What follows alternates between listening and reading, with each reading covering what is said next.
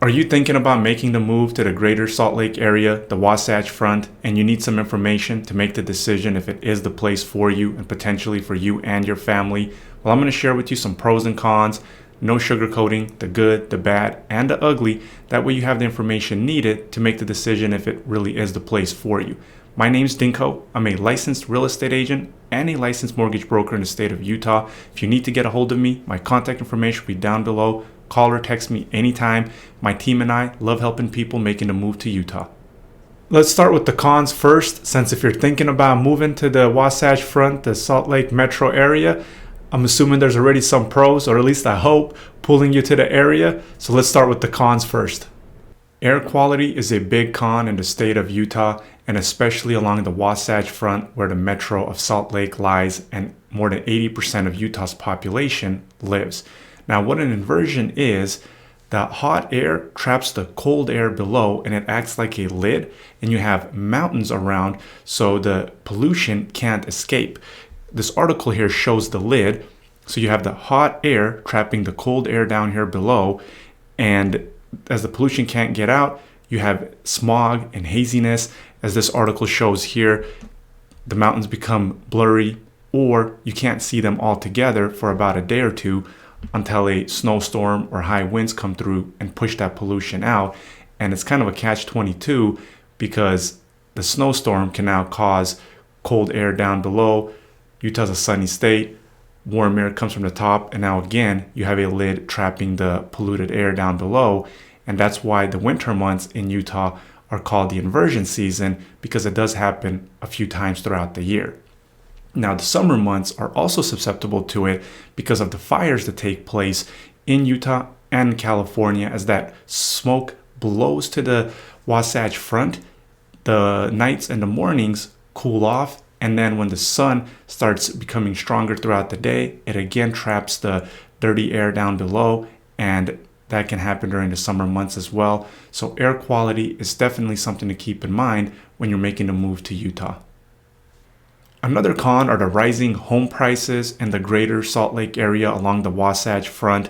Salt Lake once upon a time used to be a very affordable place to live. That no longer is the case, as it has been one of the hottest housing markets in the past decade. That definitely has taken a toll on the prices that we are seeing currently. So definitely keep that in mind, as home values are definitely approaching in the top 25% of the United States, with the cost of living following as well.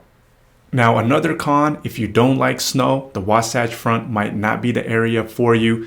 As we can see in this article, the Salt Lake area does rank 4th out of the biggest metros in America, getting 52 inches on average of snowfall per year. So if you don't like snow, it might not be the place for you. If you do love snow, skiing and snowboarding, I guess that's not going to be a con.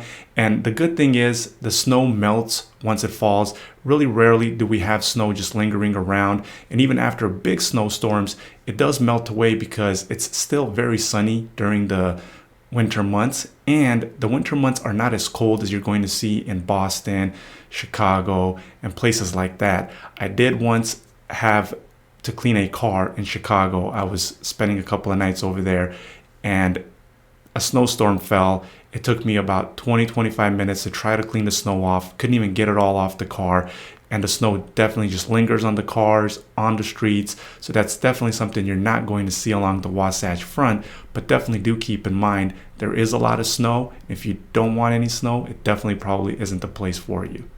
Now, the last con that we'll talk about is diversity, and it is something that comes up a lot, is that Utah is not a diverse state, and even the Wasatch Front isn't as diverse as some of the other bigger metro areas around the nation.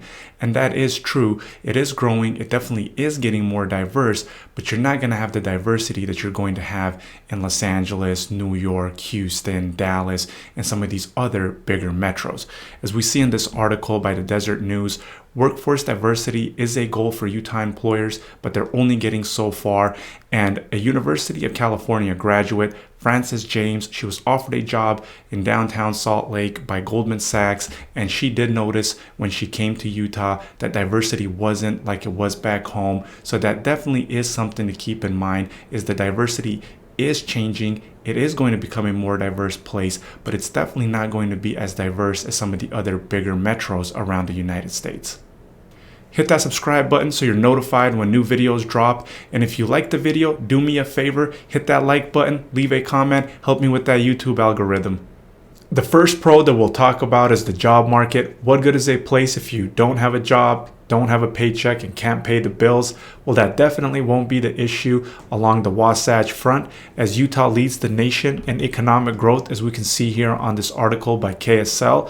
And it was also in 2018 touted as the 2018 city poised to be the next tech mecca.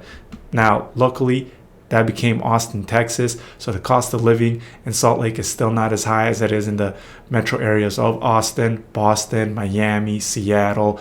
However, Utah does have the nation's lowest unemployment rate, so finding a job in the Salt Lake metro area is definitely not going to be an issue for you. The second pro is the infrastructure. You always hear about boom towns not being able to support the rapid growth that they're experiencing. That doesn't seem it's going to be the issue along the Wasatch Front. As we see in this article here, Utah's infrastructure grade holds steady in face of the state's rapid growth.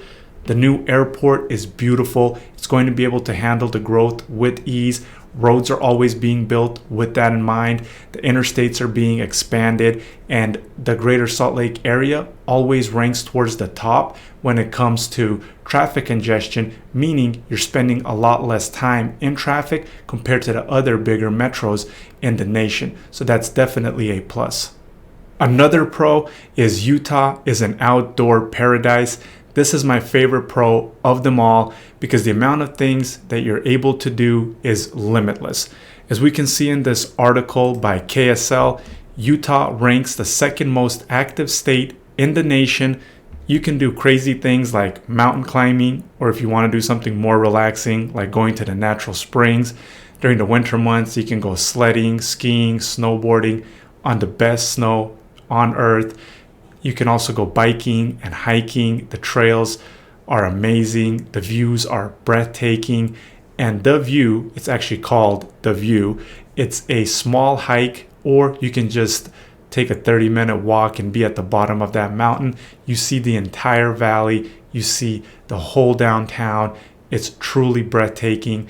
You have Zion's National Park in Moab, which is southern Utah, 4.5 hours away. If you get bored with Utah, Vegas is only 6 hours away. Yellowstone National Park is only about 4.5 hours away. It's truly a paradise when it comes to the great outdoors. And if you love the great outdoors, I definitely think you'll love Utah. Another pro, according to this article by Fox 13 News, Salt Lake City named the least stressed city in the nation. I don't know how you really measure that, but I guess having a good infrastructure, a good job market, and the great outdoors, and a relatively safe metro area is a recipe for less stress. So if you're looking to unwind and looking to be less stressed, maybe the greater Salt Lake area is the place for you. If you liked this video, hit that subscribe button so you're notified when new videos drop. Hit the like button as well. If you need to get a hold of me and my team, my contact information will be down below in the description. Call or text me anytime. And until next time, have a great day.